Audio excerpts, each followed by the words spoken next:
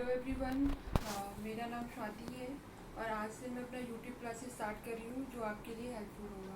ठीक है, तो प्लीज़ इसको स्टार्टिंग से लेकर लास्ट तक देखिए और जो चीज़ें ना समझ में आए उसको वापस से रिपीट करके देखिए। और डेफिनेटली जहाँ तक मुझे लग रहा है, मैं ये प्रॉमिस कर सकती हूँ कि आपको चीज़ें वन टाइम वॉच में ही सारी चीज़ें क्लियर हो जाएंगी। ठीक है, तो आज से फिर स्टार्ट करते हैं। तो आज हम फर्स्ट टॉपिक स्टार्ट करने जा रहे हैं सेल के बारे में आप बेसिक नॉलेज लेंगे हम। ठीक है, तो सबसे पहले स्टार्ट करते हैं इंट्रोडक्शन कि सेल होता क्या है। इसके बारे में सबसे पहले हम लोग क्या देखेंगे, इंट्रोडक्शन। ठीक है, तो इंट्रोडक्शन में जनरली सबसे पहले देखते हैं कि सेल होता क्या है। तो सेल जैसे हमने क्या पढ़ा कि बेसिक यूनिट ऑफ लाइफ, मतलब कि कोई भी लाइफ होता है लिविंग ऑर्गेनिज्म है। ठीक है, लाइफ का मतलब क्या हुआ, लिविंग ऑर्गेनिज्म से रिलेटेड। तो कोई भी लिविंग ऑर्गेनिज्म है बेसिक किससे बना होता है, सेल से बना होता है। ठीक है, जैसे एग्जांपल लेते हैं हम लोग कि कोई भी हाउस प्रिपेयर करने के लिए हमें बेसिकली क्या चाहिए होता है, ब्रिक की रिक्वायरमेंट होती है जो किसी सीमेंट के थ्रू ज्वाइंट होकर एक अच्छा वॉल प्रिपेयर करता है। जस्ट लाइक दी यहाँ भी क्या होता है कि सेल आपस में ज्वाइंट होने के बाद फिर क्या करता है, एक प्रॉपर बॉडी और body organ and particular organism का फॉर्मेशन करता है। ठीक है, तो यहाँ सबसे पहले देखते हैं कि सेल को सबसे पहले ऑब्जर्व किसने करा था। ठीक है, और कहाँ पे किया था। तो देखते हैं सेल सबसे पहले डिस्कवर किसने किया था। तो यहाँ कर लेते हैं डिस्कवर्ड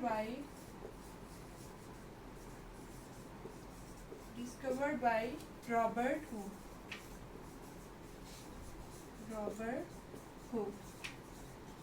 रॉबर्ट हुक एक साइंटिस्ट है जिन्होंने फर्स्ट सेल को डिस्कवर किया था।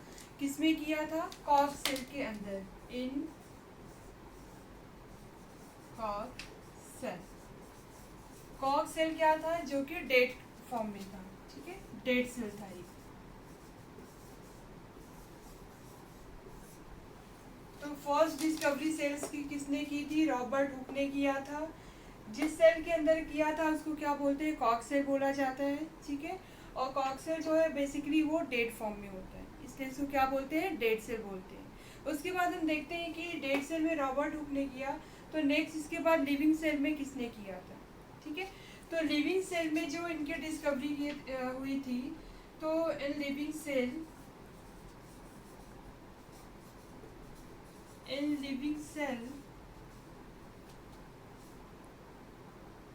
in living organism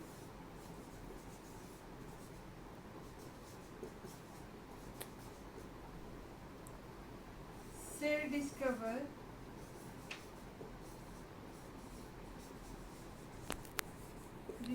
by किसके थ्रू हुए थे, एंटोनी वॉन एवी वॉन भी बोलते हैं शॉर्ट फॉर्म में इनको, Antony von Leeuwenhoek.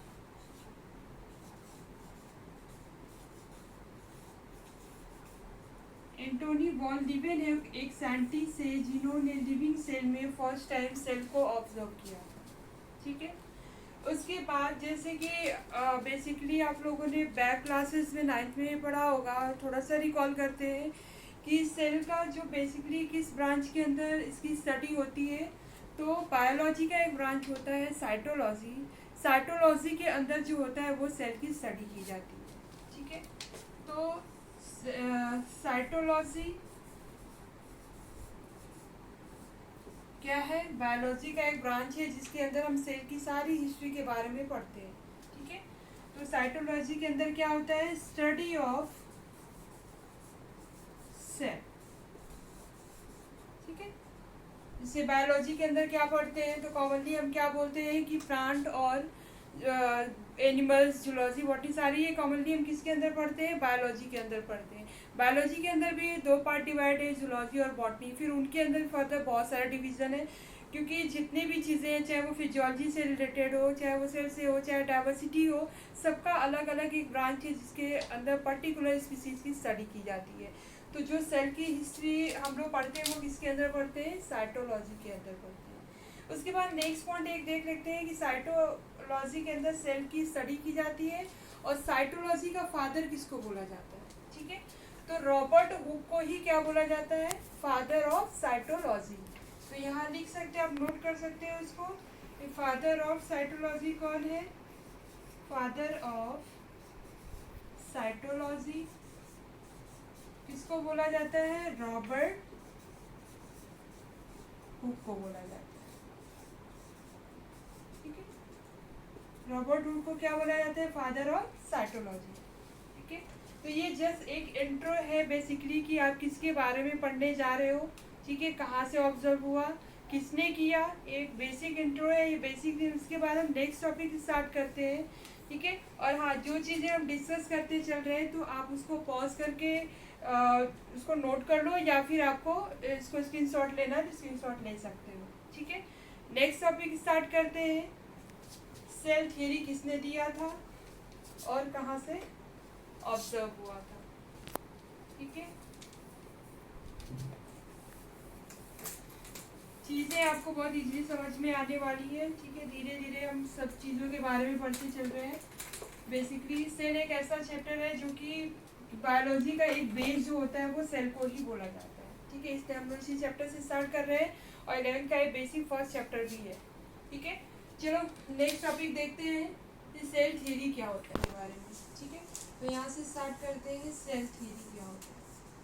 Cell theory, ठीक है, सेकंड में यहाँ कर सकते हैं modern cell theory. Modern cell theory, ठीक है। अब यहाँ पे देखते हैं मॉडर्न सेल थ्योरी में पहले सबसे पहले ये देख लेते हैं कि किन साइंटिस्टों ने सेल थ्योरी दिया था। ठीक है, तो सेल थ्योरी गिवन बाय किसने दिया था? तो स्लीडन,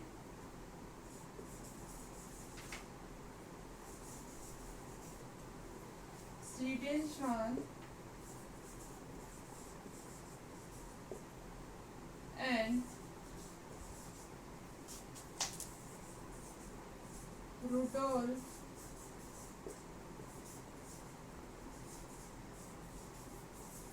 वर्चर, एक साइंटिस्ट है। ठीक है, सेल थ्योरी गिवन में सबसे पहले सेल थ्योरी को किसने एक्सप्लेन किया था? स्लीडन एंड स्वान साइंटिस्ट हैं जिन्होंने सबसे पहले एक्सप्लेन किया था।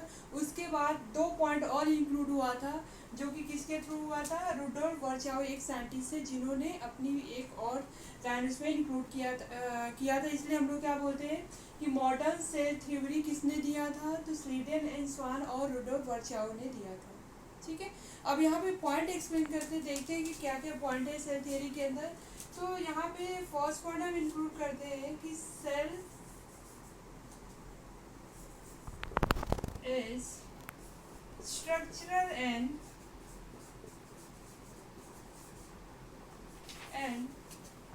Functional unit of life.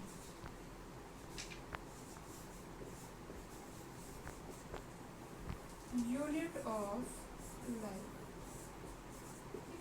जितने भी सेल्स होते हैं वो स्ट्रक्चरली या फंक्शनली बेसिक किससे बने होते हैं? सेल से होते हैं। ठीक है, तो और second, all cell are made up of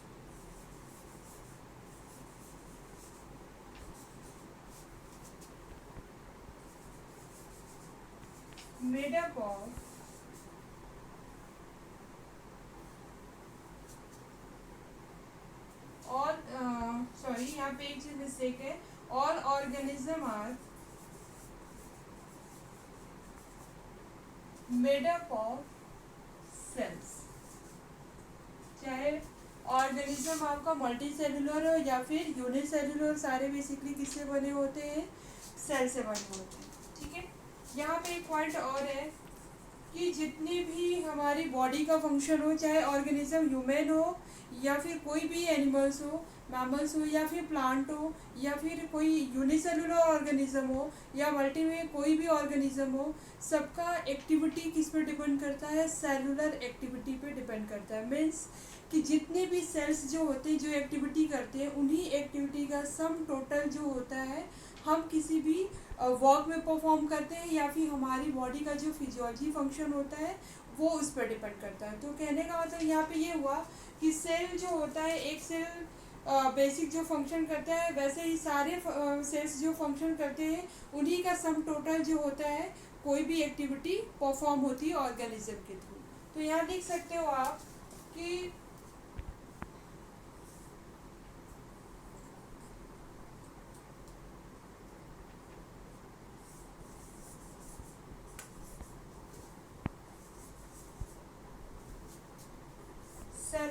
function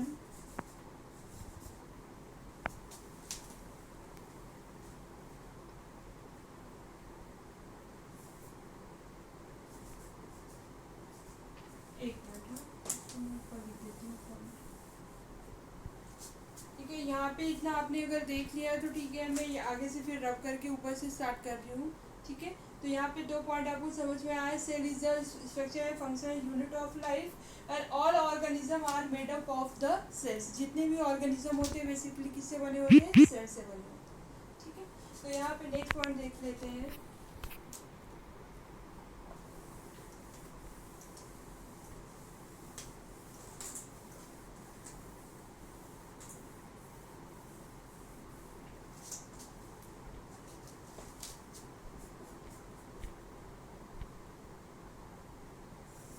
next point है function of the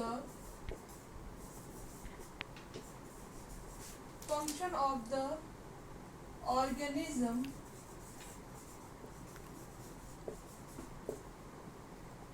are sum total of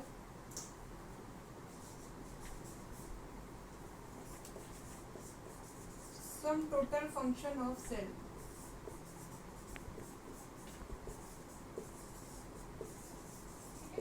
जितने भी ऑर्गेनिज्म का फंक्शन होता है वो function of the organism are sum total function of the sales.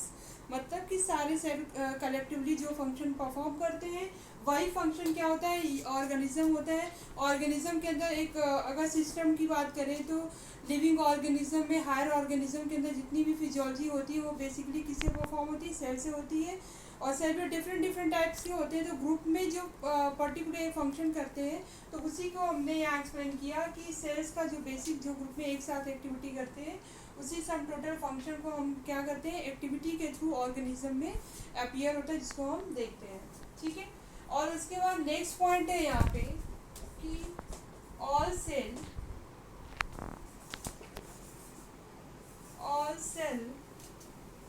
arises from pre-existing cell।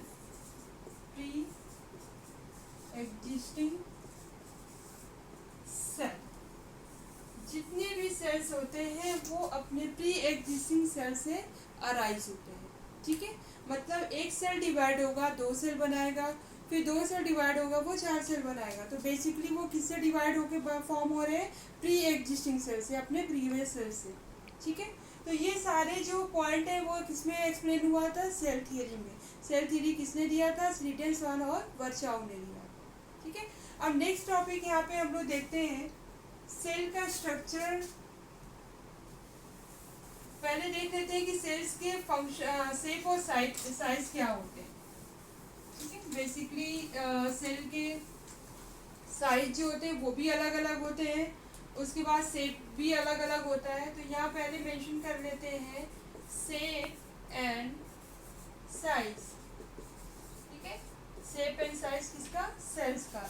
तो सबसे पहले देख लेते हैं किसके बारे में? साइज ऑफ द सेल, ठीक है। तो डिफरेंट साइज मतलब कि 0.1 माइक्रोमीटर से लेके 1 मीटर के बीच में अलग अलग साइज के जो सेल्स होते हैं वो पाए जाते हैं, चाहे वो आपके बॉडी में कोई ऑर्गेनिज्म हो, ठीक है। तो बैक्टीरिया से लेके आपके हायर ऑर्गेनिज्म तक जो आपका बेसिक एक साइज अब तक कंसिडर हुआ है 0.1 टू 1 माइक्रोमीटर से 1 मीटर, ठीक है। तो वही देख लेते हैं यहाँ पे। सबसे पहले देखते हैं कि स्मॉलेस्ट सेल किसको बोला जाता है? स्मॉलेस्ट सेल कौन होता है? स्मॉलेस्ट सेल PPLO, ठीक है। अब ये PPLO क्या होता है? तो इसकी फुल फॉर्म आप देखोगे तो इसको पहले क्या बोलते हैं? प्लूरो निमोनिया लाइक ऑर्गेनिज्म, ठीक है। ये एक टाइप का क्या है? आपका माइकोप्लाज्मा, ठीक है।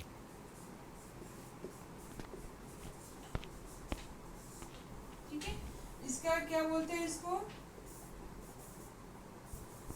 प्लूरो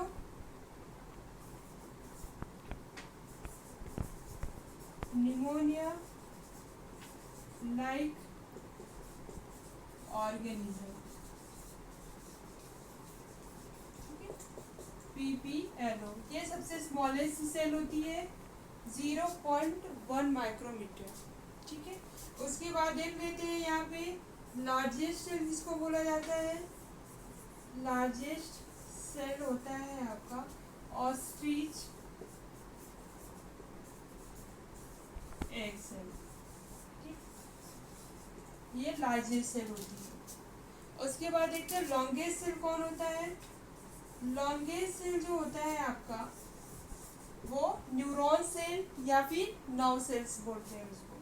ठीक है, तो न्यूरॉन सेल क्या है, ये लॉन्गेस्ट सेल। बेसिकली किसी बुक में आपको मिल जाएगा 90 सेंटीमीटर और किसी बुक में आपको मिल जाएगा 1 मीटर। ठीक है, तो ये आपका लॉन्गेस्ट सेल के अंदर ये आता है।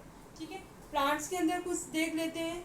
तो आपका लार्जेस्ट प्लांट सेल जो होता है आपका, लार्जेस्ट प्लांट सेल कौन होता है, तो लार्जेस्ट प्लांट सेल होता है वो आपका जाइलम सेल्स को बोला जाता है।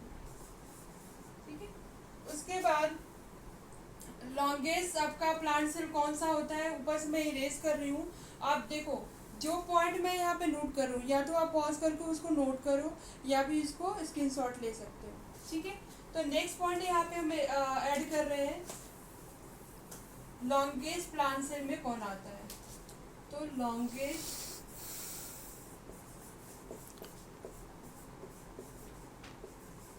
प्लांट सेल कौन सा है, तो रेमी फाइबर, रेमी फाइबर।